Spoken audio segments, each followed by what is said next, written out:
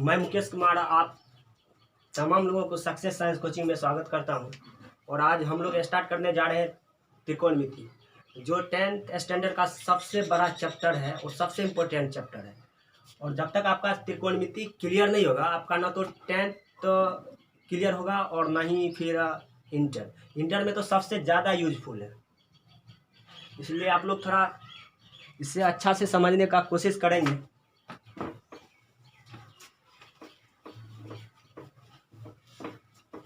सबसे पहले जान ले कि ये त्रिकोणमिति होता क्या है। ये ट्राइगोनोमेट्री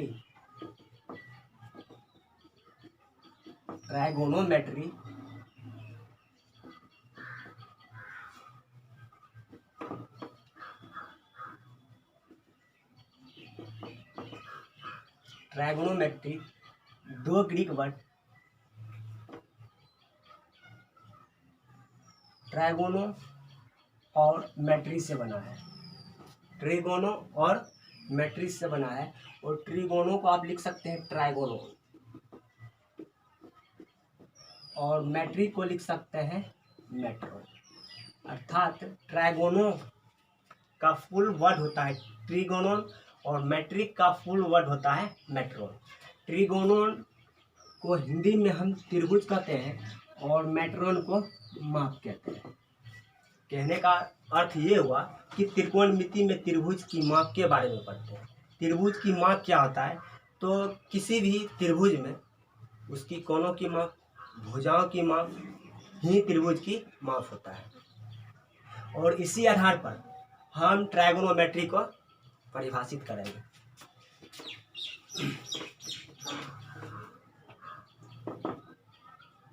तो सबसे पहले आप इसका पॉइंट ही लिख दीजिए कि ट्राइगोनोमेट्री दो ग्रीक शब्द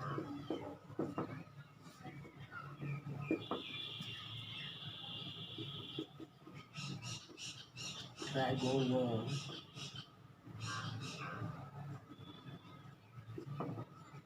तथा मेट्रोन से बना है।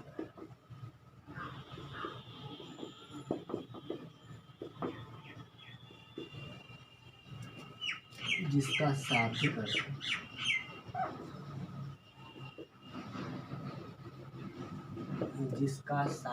अर्थ त्रिभुज की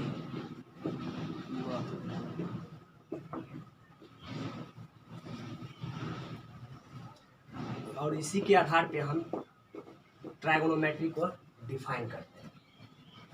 पहले सुन लीजिएगा, ट्राइगोनोमेट्री गणित की ऐसी शाखा है, ट्राइगोनोमेट्री गणित की ऐसी शाखा है जिसके अंतर्गत समकोण त्रिभुज की कोणों की मापों, भुजाओं की मापों तथा उससे संबंधित प्रश्नों का हल किया जाता है। ट्राइगोनोमेट्री कहलाता है। त्रिकोणमिति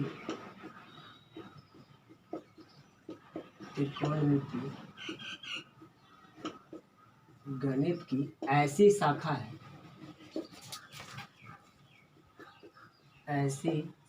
है जिसके अंतर्गत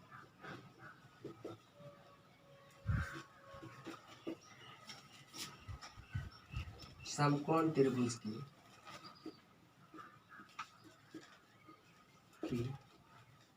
कोणों की मापों, समकोण त्रिभुज कोणों की माप, भुजाओं की माप तथा उससे संबंधित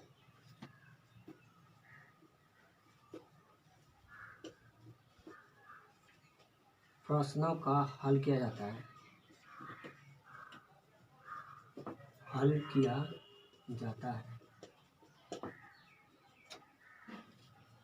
ट्राइगोनोमेट्री कहलाता है।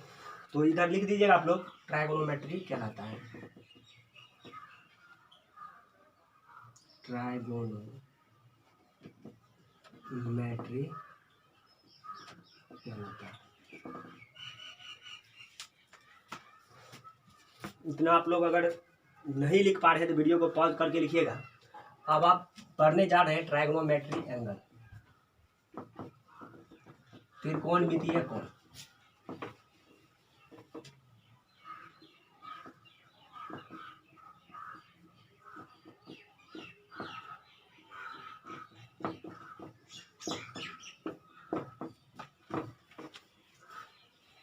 त्रिकोणमितीय कोण पढ़ने से पहले आप थोड़ा कोण के बारे में जान लीजिए। इसे जो लोग जानते हैं अच्छा ही है, जो लोग नहीं जानते हैं वो जान लें। कोण, कोण ये क्या होता है?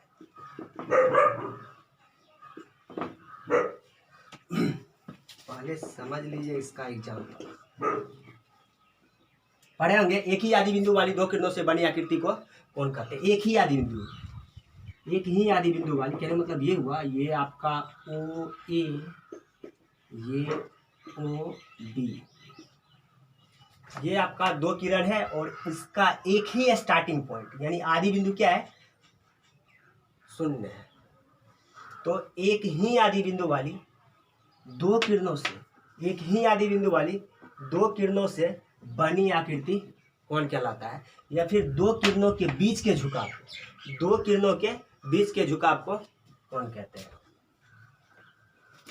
तो लिख लीजिएगा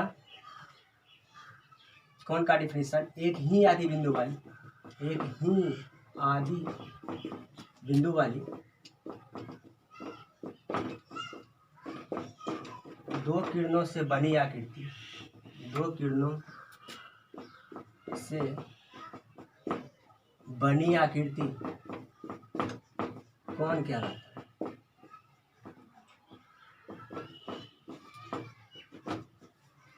और इसका सेकेंड डिफिनेशन भी लिख लीजिएगा कि दो किरणों के बीच के झुकाव को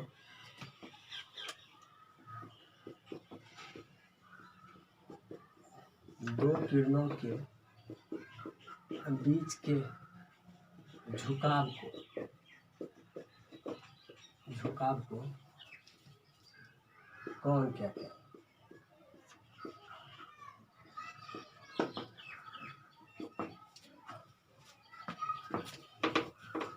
ज्यामितीय कोण, ज्यामितीय कोण, ज्यामितीय कोण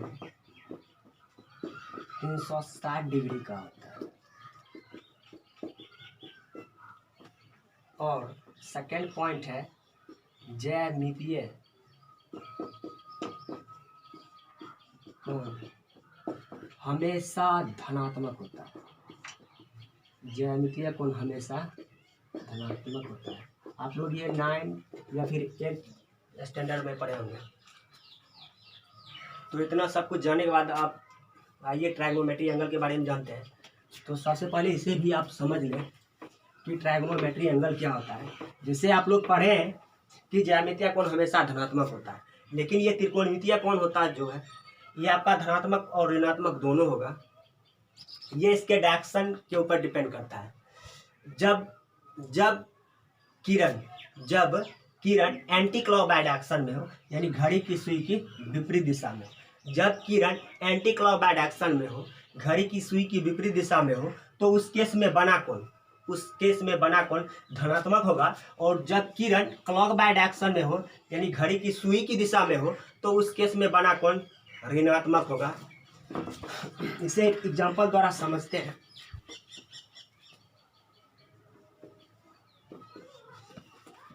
सबसे पहले आपको दो किरण लेना होगा, ओ ए, और ये मान लीजिए आपका ओ बी है।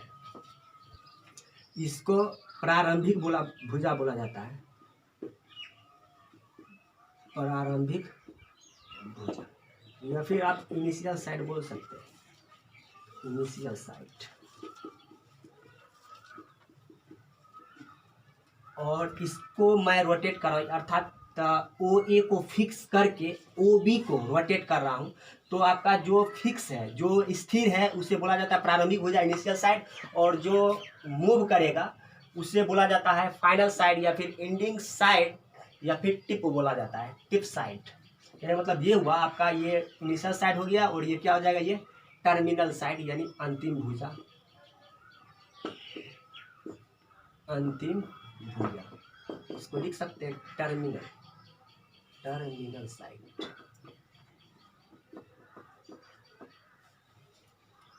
ये मान लीजिए एंटी क्लॉक बाय डायरेक्शन, और इस डायरेक्शन में बना कोण हमेशा धनात्मक होगा, एंटी क्लॉकवाइज डायरेक्शन, इसको बोला जाता है वामावर्त दिशा, वामावर्त दिशा या घड़ी की विपरीत दिशा, घड़ी की विपरीत दिशा अर्थात घड़ी के सुई की विपरीत दिशा। और इस केस में बना कोण हमेशा पॉजिटिव होगा। इसका शॉर्ट फॉर्म, ये हम एंटी क्लॉक डायरेक्शन का बता रहे हैं, इसका शॉर्ट फॉर्म आप इसको ऐसे लिख सकते हैं, शॉर्ट फॉर्म इस टाइप से। ये मान लीजिए आपका घड़ी है और ये इस टाइप से मूव करता है,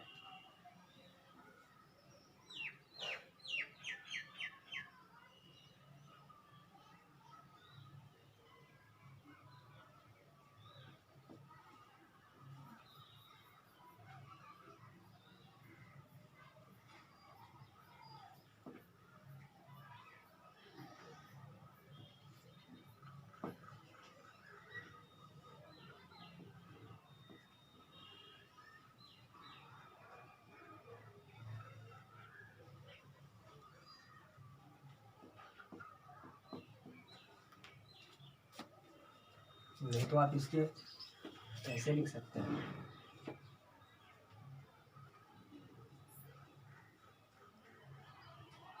और इससे मूविंग रे बना देते। ये इससे क्लियर है कि ये घड़ी के सुई की विपरीत दिशा में रोटेट कर रहा है, और इस दिशा में बना कोण हमेशा क्या होगा, धनात्मक होगा। अब आप क्लॉक बाय डायरेक्शन के बारे में पढ़ लीजिए। मान लीजिए आपका ये इनिशियल साइड ओ ए है, टर्मिनल साइड या फिर फाइनल साइड ओ बी है, और इस डायरेक्शन में बना कोण हमेशा ऋणात्मक होगा, और इसको क्या बोला जाता है, clock by direction, clockwise direction बोल सकते हैं इसको आप हिंदी में दक्षिणावर्त दिशा, दक्षिणावर्त दिशा या घड़ी की दिशा। और इस डायरेक्शन में बना कोण हमेशा, इसके नीचे लिखना था, नेगेटिव होता है, और इसे आप शॉर्ट फॉर्म में ऐसे भी दर्शा सकते हैं।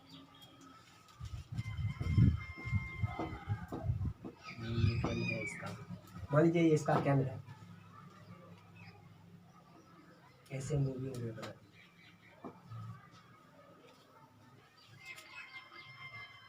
ये क्या है, घड़ी की सुई की दिशा है। तो आप ट्रायगोनोमेट्री एंगल का परिभाषा लिख सकते हैं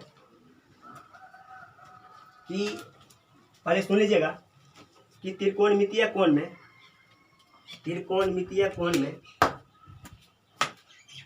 त्रिकोणमितीय कोण में दो किरणों में से किसी एक किरण को, मान ले कि ओ ए ये स्थिर किरण है और ओ बी ये मूविंग किरण है, यानी गतिशील किरण है।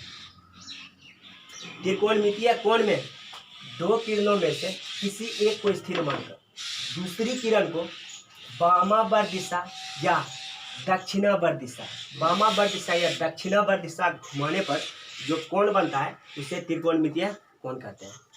इसे आप लिख ही लीजिए, डिफिनेशन लिखने के बाद ही आप लोग एग्जाम्पल लिखेंगे।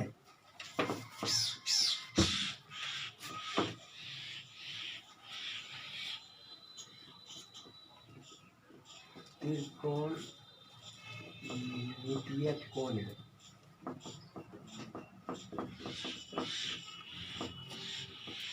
दो किरणों में से किसी एक किरण को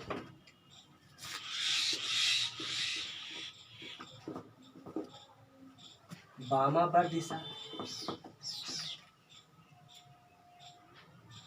दो किरणों में से किसी एक किरण को स्थिर मानकर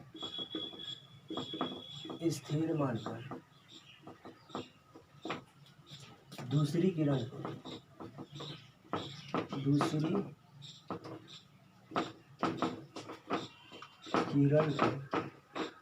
वामावर्त दिशा या दक्षिणावर्त दिशा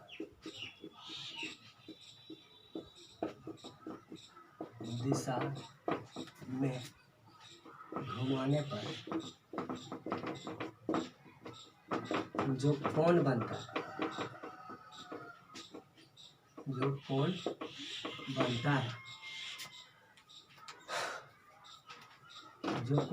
है उसे त्रिकोणमितीय कोण कहते हैं।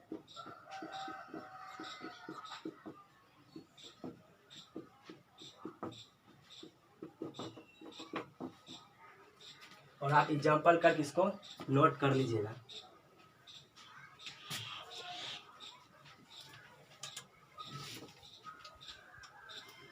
पॉइंट अगर लिखना होगा तो आप लोग लिख लीजिए, क्योंकि मैं ये बता चुका हूँ, लिख ही लीजिए। त्रिकोणमितीय कोण धनात्मक ऋणात्मक दोनों होता है।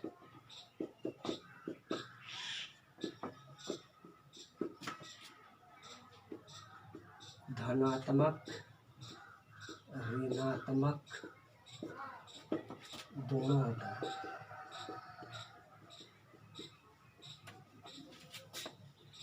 और एक पॉइंट और लिख लीजिएगा, त्रिकोणमिति हमेशा समकोण त्रिभुज के लिए परिभाषित होता है।